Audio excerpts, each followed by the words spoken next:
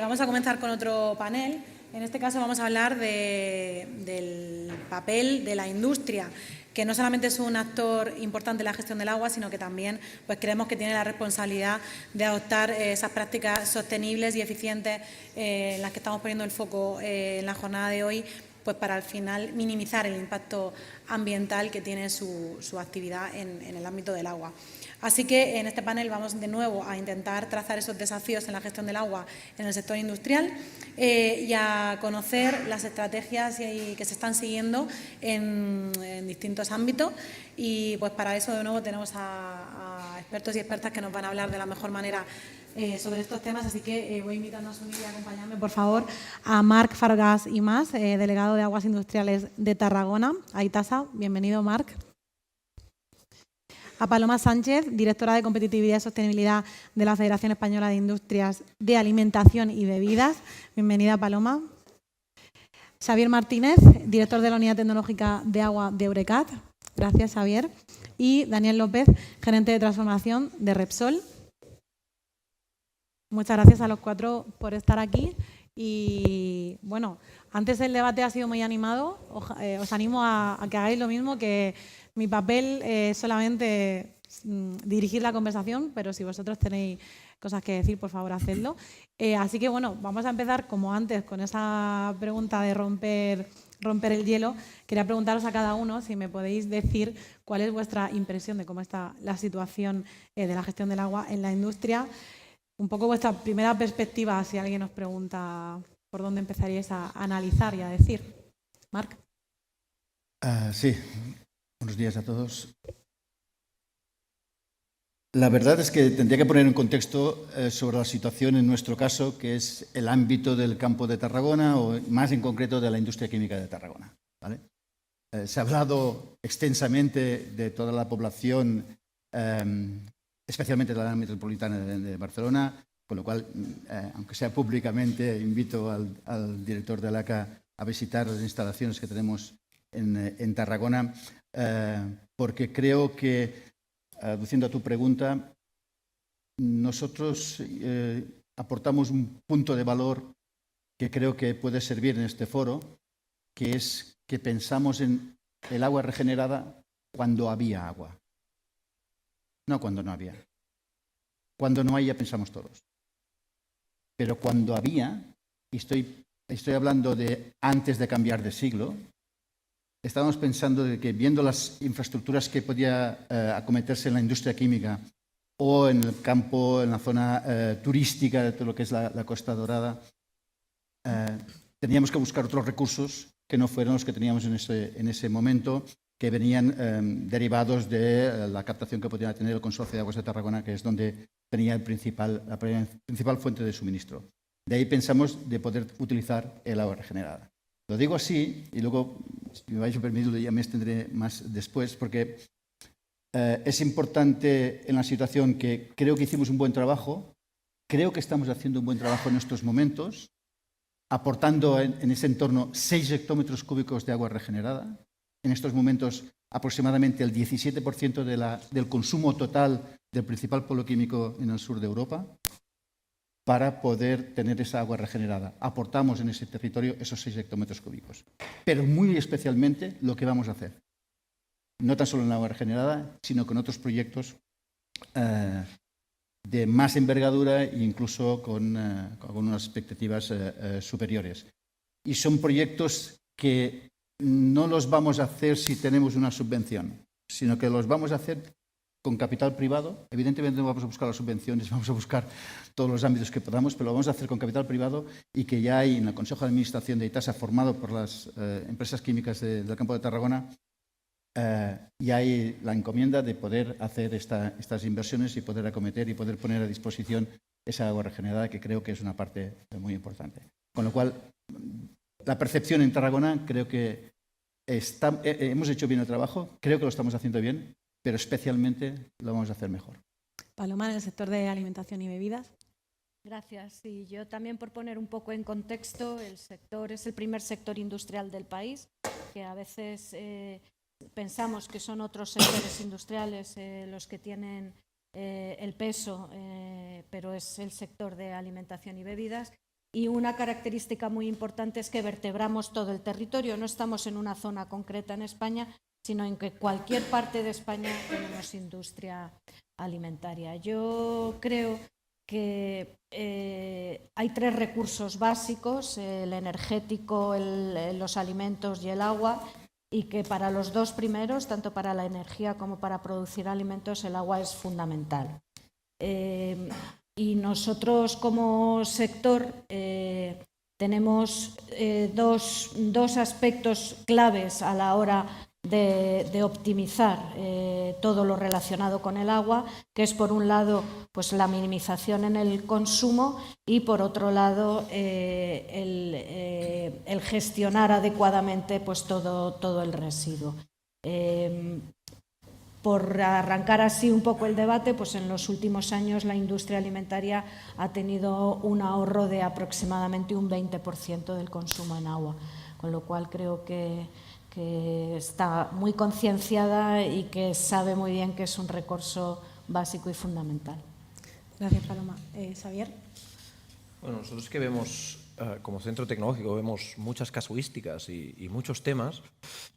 Mi opinión personal es que quizás hay 2 niveles, ¿no? Hay un nivel normalmente formado por grandes empresas grandes, habitualmente internacionalizadas, con criterios ESG incorporados en su toma en sus órganos directivos, que ven el agua como un riesgo en su actividad productiva, no como un riesgo a corto plazo de si mañana va a llover o no, sino seguro que no va a llover en algún momento, por lo tanto tenemos un riesgo, tenemos que adaptarnos ya, aunque en este momento la situación sea correcta en nuestro emplazamiento, ¿no? Y estas empresas, por ejemplo, el polígono de Tarragona, que está conformado por grandes empresas petroquímicas, pues están invirtiendo y poniendo recursos y esfuerzos con o sin ayudas públicas, porque saben que en el futuro pues este recurso, ya sea puntual o sea en episodios más largos, pues no lo van a tener. Y eso ya no afecta, ya no es un tema de cuenta de resultados anual, de si en qué periodo de retorno voy a tener las inversiones no, es un tema de que si no tengo agua no produzco. Lo ha explicado el director del ACA, que hemos estado 3 años en la mayor parte del territorio en alerta, por lo tanto se pedía al sector industrial una reducción del 5% como mínimo y en muchos casos del 15% y del 25%, ¿no? Y esto una empresa no lo hace de un día para otro, ¿no? Entonces hay otros tipos de empresas, diría yo. No lo diferencio por sectores, sino más bien por tipología de empresas, habitualmente más pequeñas, que ven el problema, pero que les cuesta ver un poco a futuro, ¿no? Y que, por ejemplo, esta sequía les ha hecho un choque de realidad, ¿no? Empresas como los del polígono petroquímico están preparadas para asumir una reducción en su consumo de agua y otras empresas pues quizás no lo contemplaban a largo plazo y ahora están haciendo los deberes y están pensando que no tengo únicamente que mejorar la eficiencia y considerar las inversiones que haga cuál es el periodo de retorno, sino que en un futuro no voy a tener agua y por lo tanto esto va a afectar a mi capacidad productiva y a mi negocio, ¿no? Daniel, desde Repsol. Desde Repsol y bueno, representando un poco la industria petroquímica, una industria de grandes activos, ¿no? De grandes inversiones, siempre el agua ha sido un recurso el que se ha tenido en cuenta y que ha limitado o ha condicionado algunos proyectos, ¿no? Por eso este recorrido, también en Tarragona, por ejemplo, y en otros sites de la península, siempre acompañar o tener planificado el acceso al agua. Ahora mismo es un reto, y es un reto que en Repsol, por ejemplo, afrontamos y en otras industrias también, como un reto de sostenibilidad y con objetivos a largo plazo de reducir la captación de agua fresca. O sea que para nosotros es un recurso estratégico que va a condicionar y puede condicionar inversiones importantes inversiones en transformación, estamos hablando de transformación industrial, en nuestra industria, de pasar de combustibles fósiles a combustibles renovables. Eso va a ser una gran transformación que tiene que venir acompañada por una seguridad hídrica, como comentaba la directora de Agua, en nuestras actividades. Ya que me estás contando esto y quería ahora ir uno a uno por vuestros ámbitos concretos, cuéntame, no sé, cuál es la estrategia que tenéis definida para los próximos años para acometer pues esos planes ante futuras limitaciones hídricas, para esa transformación. O sea, si me puedes contar un poco más Sí. Bueno, de hecho, en vuestro caso y en general, como tú decías, en el caso de sector. Repsol, este plan tiene un nombre, le llamamos Proyecto Water Zero, que consiste en un compromiso con la sostenibilidad de reducir la captación de agua fresca hasta 0 en 2050, con unos hitos intermedios, que sería el más próximo es en 2030, es no aumentar la captación de agua fresca, aún con proyectos de transformación importantes, con grandes inversiones, reducir esa captación de agua fresca en un 30% en 2035 y llegar a ser cero, a no captar agua dulce en 2050.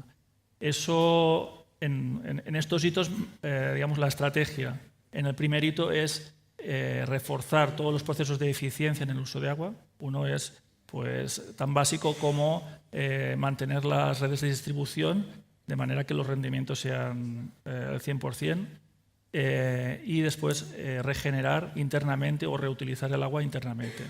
Eso se tiene que hacer a través de instalaciones, de procesos de regeneración, de uso eficiente. También está la estrategia de descarbonizar.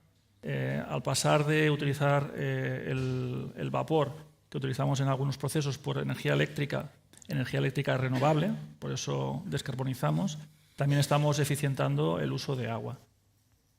Eso en este primer tramo de nuestro recorrido, de nuestro objetivo. También en los proyectos se está incorporando este uso eficiente del agua. Tanto es así que estamos pasando de proyectos que llevan asociado una torre de refrigeración evaporativa. Los nuevos proyectos ya están entrando con torres de refrigeración adiabáticas, con lo cual el uso el agua no la vamos a utilizar para evaporarla y refrigerar, sino que ese uso ya queda limitado. Solo se usa para los procesos, digamos, que inherentemente necesitan agua. Y después, más allá del 2030-2035, está claro que vamos a tener que acceder a fuentes alternativas de agua, como las que han mencionado los compañeros de la distribución urbana. Gracias. Paloma, en el caso de la industria alimentaria, has dado un dato buenísimo antes, ¿no? Ese 20%. ¿Qué estrategias estáis siguiendo y tiene el sector sobre la mesa para seguir mejorando ese dato y reaccionar ante situaciones peores? Bueno, llevamos mucho tiempo ya aplicando tecnologías lo más eficientes posibles. Nosotros tenemos también una legislación, dos legislaciones diría yo, una muy concreta para asegurar todos los temas de higiene y seguridad alimentaria. En el sector alimentación esto es clave y el agua es fundamental para ello. Y por otro lado tenemos los documentos europeos de mejores técnicas disponibles desde un punto de vista ambiental que establecen las mejores tecnologías que se pueden aplicar. Estamos, por tanto, trabajando, como decía antes, tanto en la reducción del consumo, y aquí cada sector, el sector de alimentación tiene 40 y tantos subsectores, y cada sector es completamente distinto en los usos, no solo del agua, en cualquier tema de sostenibilidad, ¿no? Tienen impactos muy diferentes, y en el agua también. Pero bueno, en general estamos utilizando técnicas de limpieza en seco, circuitos cerrados de refrigeración. Nosotros utilizamos el agua en el proceso, pero utilizamos a veces también el agua como ingrediente. Entonces, claro, nuestros consumos son elevados.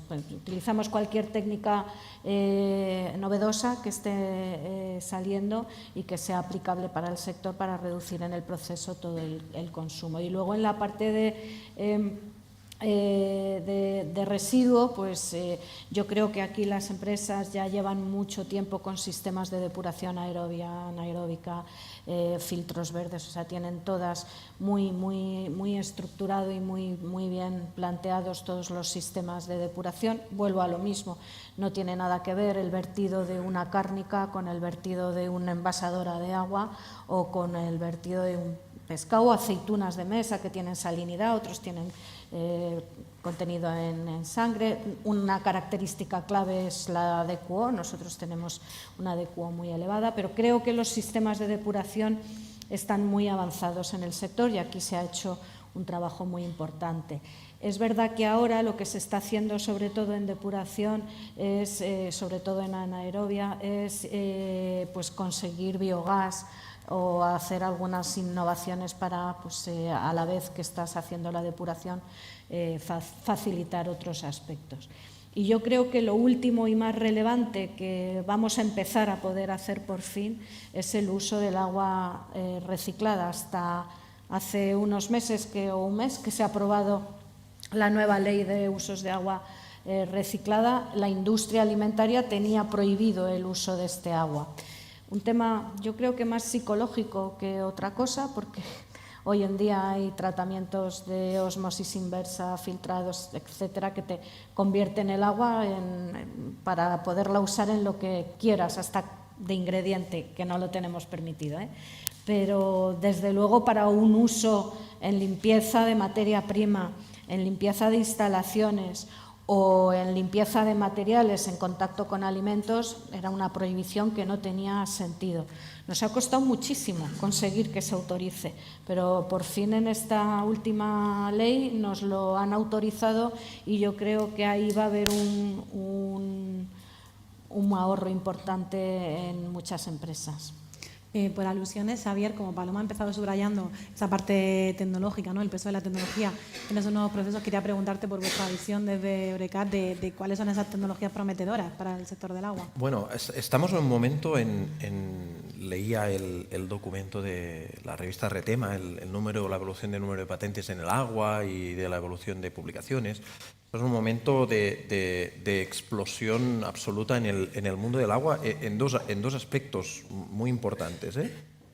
Uno es en que estrategias y tecnologías que antes maduras y establecidas, que antes no se consideraban, por ejemplo la recuperación de fósforo en EDARS o en otros sistemas, pues son tecnologías que existen desde hace muchísimas décadas, pero que no se consideran por contextos económicos o socioeconómicos, se están recuperando y se están empezando a implementar, o la digestión anaerobia, por ejemplo, ¿no?, que hace muchos años que se conoce y empieza a implementarse a escala masiva en determinados procesos que hacía años no se consideraba, ¿no? Y esto, por ejemplo, viene motivado no únicamente por un tema de escasez de agua o mejora de la eficiencia, sino por otros drivers, como por ejemplo la descarbonización, ¿no? Tenemos una oportunidad impresionante, se habla mucho del hidrógeno y es muy interesante el hidrógeno, pero a veces yo creo que se olvida un poco el biogás.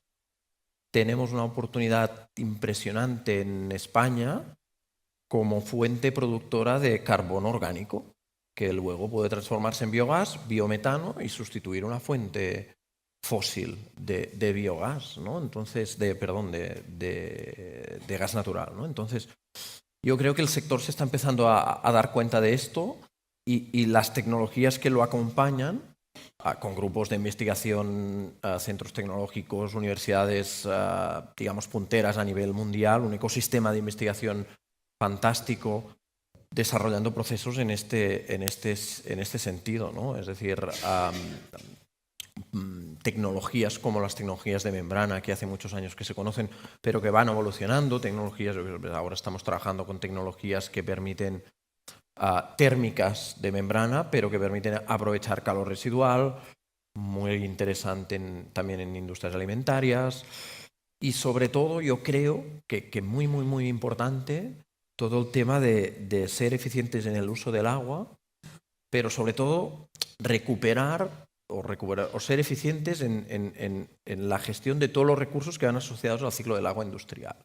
Y a eso me refiero a la recuperación energética, la energía química o energía térmica en torres de refrigeración, la recuperación de recursos. Perdemos un montón de recursos, perdemos un montón de recursos en el agua y lo que intentamos quitar en las depuradoras, muchas empresas lo empiezan a ver ya como una cosa que, hombre, quizás no deberíamos quitarlo, sino intentar recuperarlo y volverlo a introducir en el ciclo. Por ejemplo, los reactivos de limpieza de procesos CIP, ¿no? Hay tecnologías ya maduras disponibles. Hicimos un proyecto con una empresa alimentaria, funcionaba bien, y el payback, 6 meses. 6 meses de payback de instalación industrial, ¿no? Entonces, yo creo que vivimos un momento muy apasionante a nivel tecnológico, la digitalización, especialmente también en el sector industrial.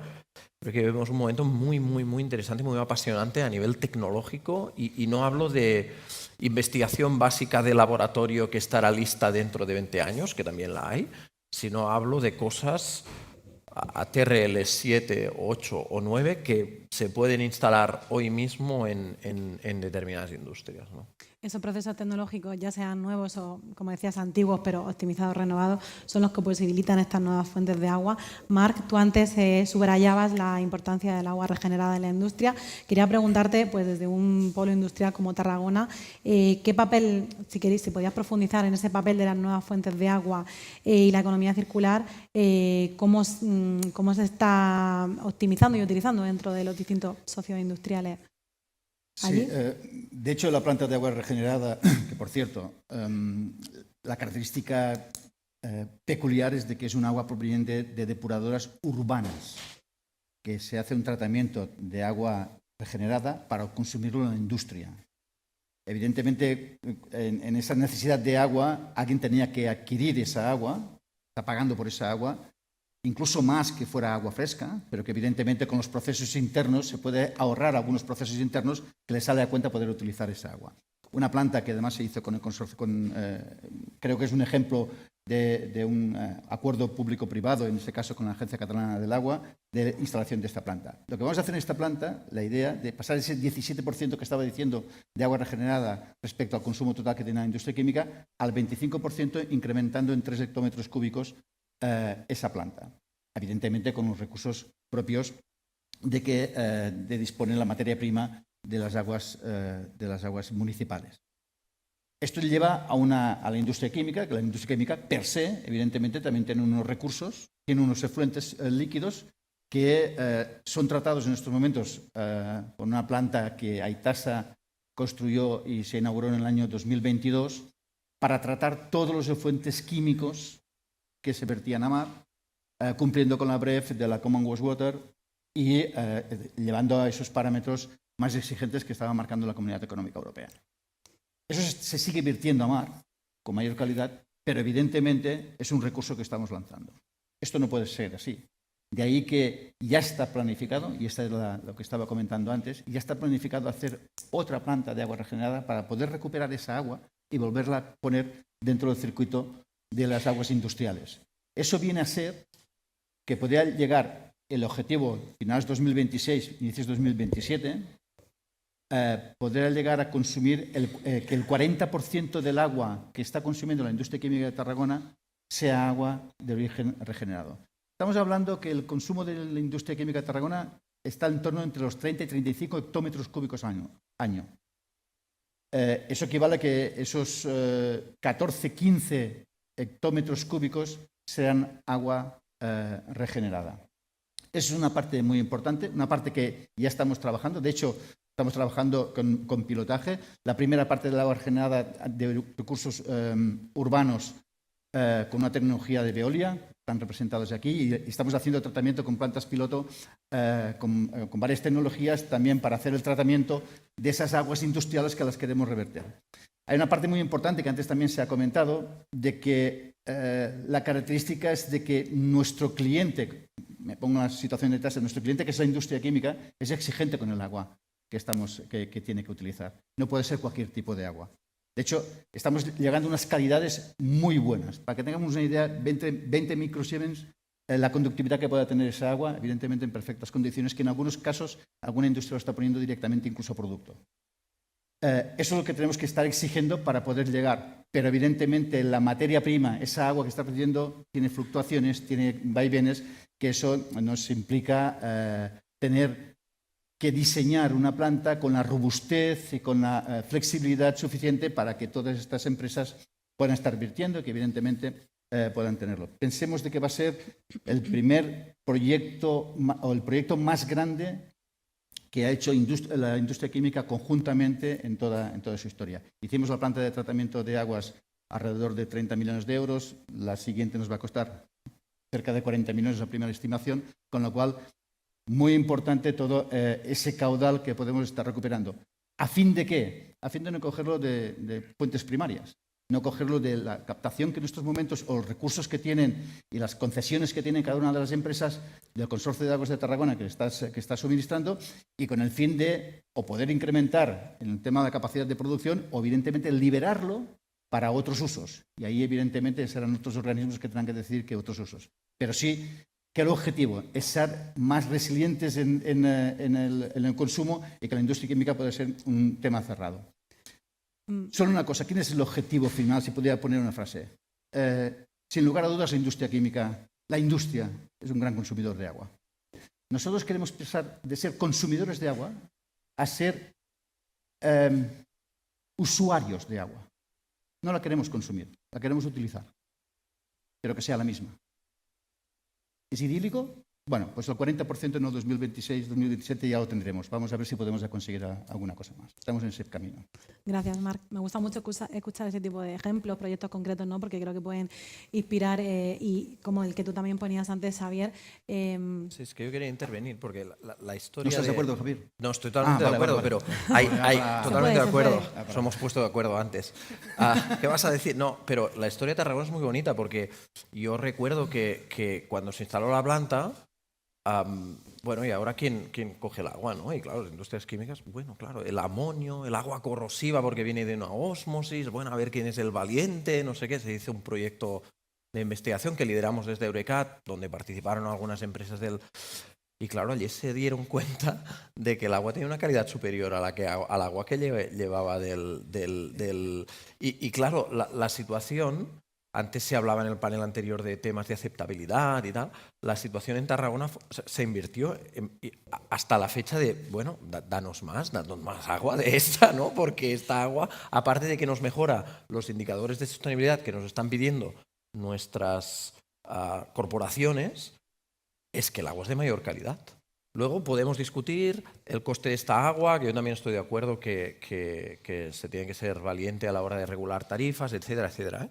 Pero al final, tecnológicamente, el problema está resuelto y el caso de Tarragona, que ahora la vamos a convertir en un living lab a nivel europeo, es paradigmático y maravilloso para enseñar, ¿no? Estoy de acuerdo con él, Me alegro, gracias.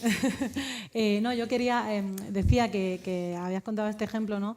Y tú señalabas también ese otro proyecto, ¿no? de colaboración, y quería preguntaros por otros casos de éxito o proyectos de colaboración entre sectores en los que se haya subrayado, o sea, se haya buscado la economía circular del agua y al final haya redundado en un impacto positivo en sostenibilidad.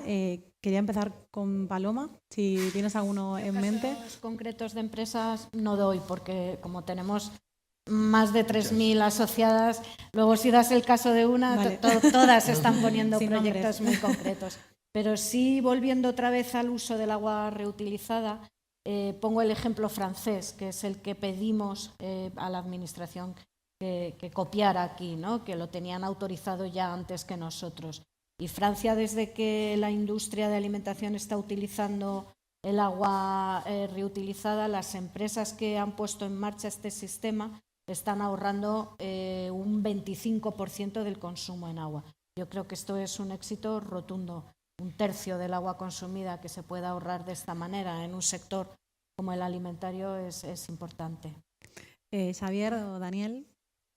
Bueno, ejemplos, en el pasado hemos tenido inversiones en reutilización de agua y bueno, lo que quería explicar también en el futuro, aparte del tema de las torres no evaporativas que he comentado, que serían circuitos cerrados de refrigeración, como has comentado, También hay nuevas tecnologías como son la integración del calor que ahora mismo retiramos evaporando agua mediante bombas de calor, utilizando esta tecnología de una fuente de calor pobre, una temperatura por debajo de 100 grados, puedes llegar a generar vapor que después puedes utilizar para calefacción en tus procesos. Y también quería mencionar que en esta senda de eficiencia en el agua, pues está claro que está la reutilización interna, está también esquemas que ahora mismo están en fase experimental, fase piloto, no tanto porque las tecnologías no sean maduras, algunas más o menos, sino para su escalado industrial a grandes volúmenes. Estoy hablando de tecnologías de membranas, tecnologías de filtración y tecnologías de evaporación para para aumentar la recuperación de agua en todas esas tecnologías y que el residuo al final sea un residuo seco.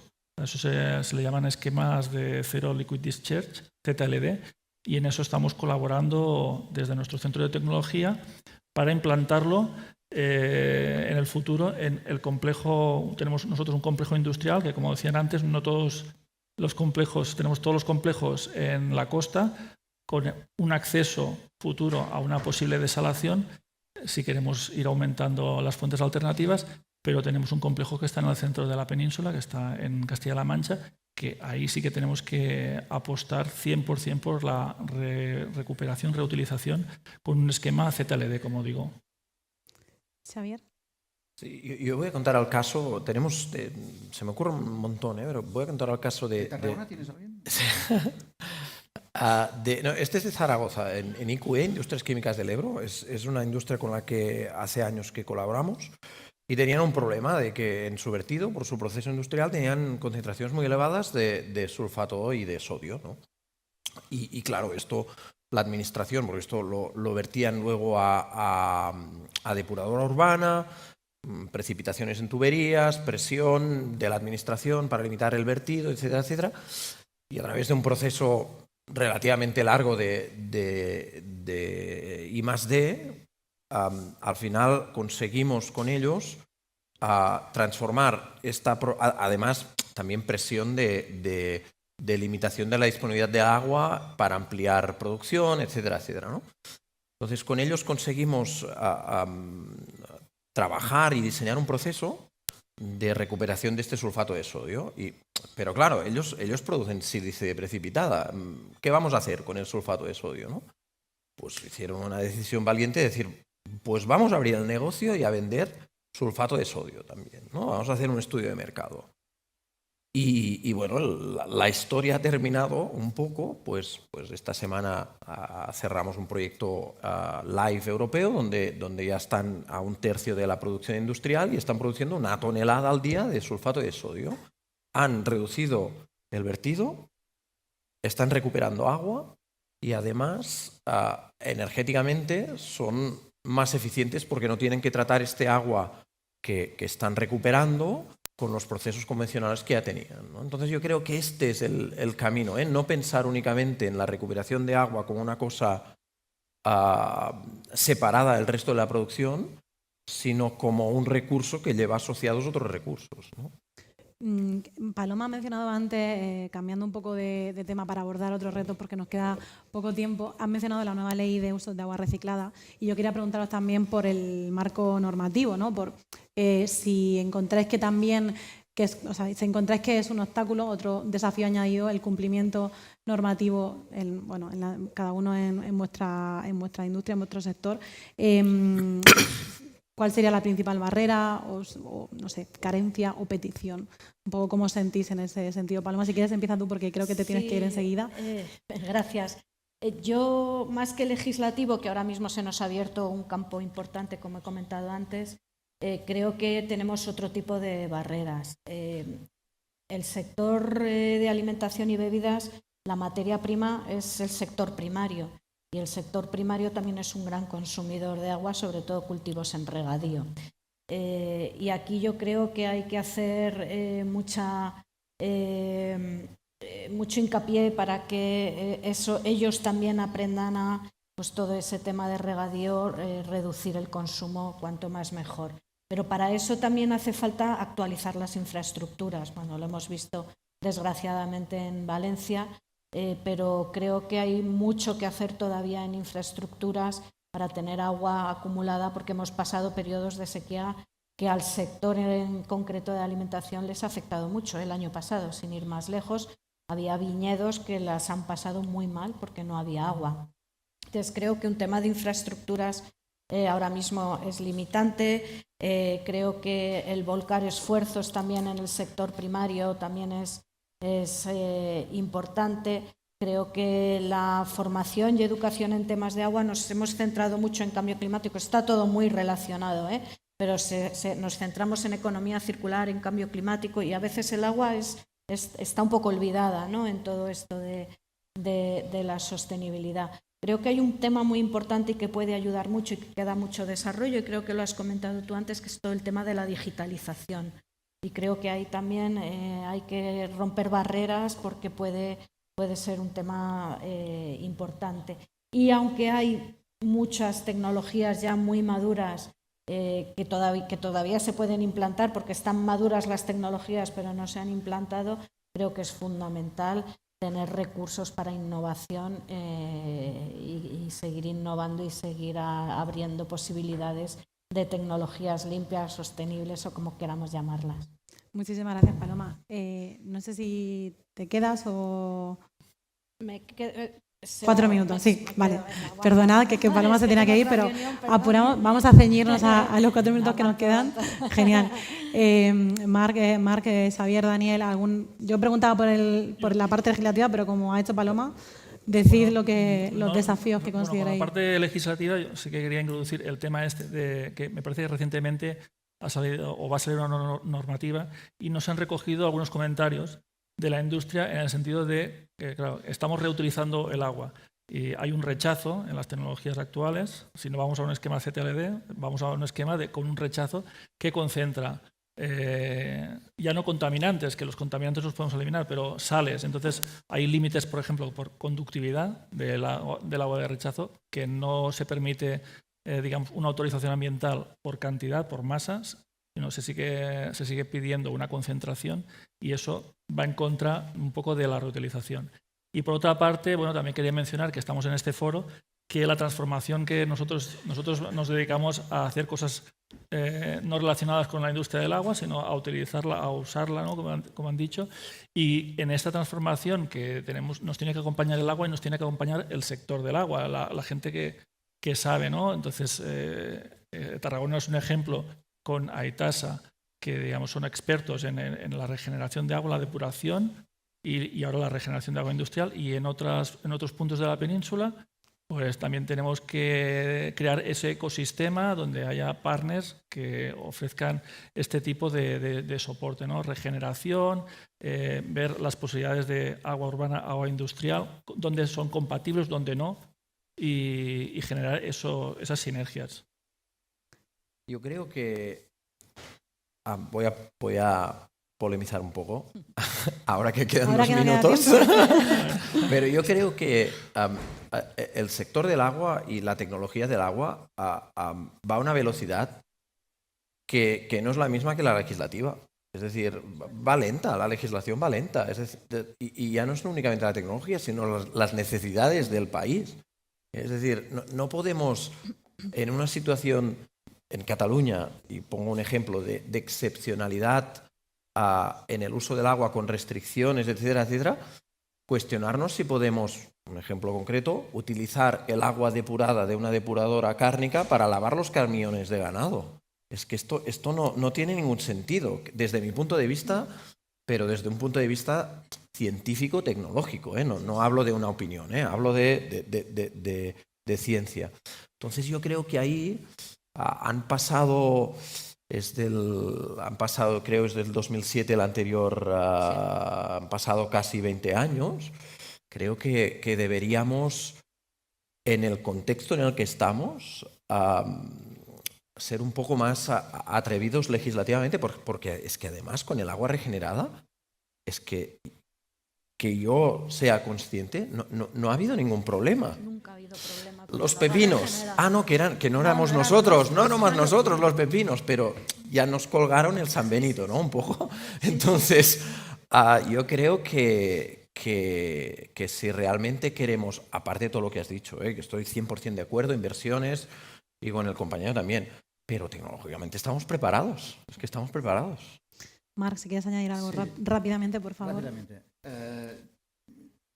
Has dicho bien en polemizar, pero lo has dicho con otro sector, porque aquí creo que estamos todos de acuerdo en lo que acabas de decir. Antes he hablado de esos ciclos del agua, de la climatología, incluso de rezar a nuestros dioses para ver si cae agua. Yo no estoy a favor de ese sistema. Tampoco estoy a favor de que vamos a tener agua en función de que va a llover o no va a llover. Creo que tenemos que apartar un poco esa parte de la ecuación y gestionar el agua que ya tenemos, que ya está en la tierra, que ya tenemos palpable. Y esa le tenemos que dar vidas, no vida, vidas, muchas vidas. La verdad es de que el agua es un compuesto químico que tiene esta particularidad, que la podemos estar reutilizando y la tecnología, estoy completamente de acuerdo, la tecnología existe para utilizar esa agua que viene de X procesos, para utilizarla, permitidme, para lo que queramos. La tecnología existe para eso, para lo que queramos. Otra cosa que evidentemente lo podemos estar ajustando a las leyes o a las necesidades que pueda haber cada uno del territorio. En la zona de Tarragona lo que queremos es que esa agua, le queramos dar muchas vidas para poder ser siempre la misma. Por eso insisto en el tema de que no consumimos agua o no queremos consumir agua o no queremos consumir tanta agua, sino que la queremos utilizar, porque tendrá que ser la misma para darle esas vidas. En ese sentido, y además, en el tema legislativo, que estoy de acuerdo que en el nuevo Real Decreto hay un abanico un poco más extenso, una ventana un poco más extensa.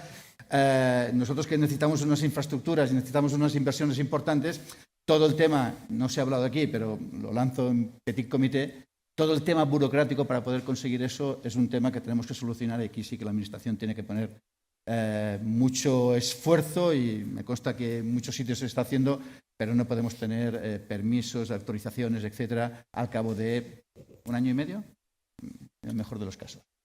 La burocracia. Marc, Paloma, Xavier y Daniel, muchísimas gracias por acompañarnos en esta mesa y empezar a entablar esta conversación, que podría ser muchísimo más extensa, desde luego, pero creo que nos quedamos con un montón de titulares, así que muchas gracias a los 4.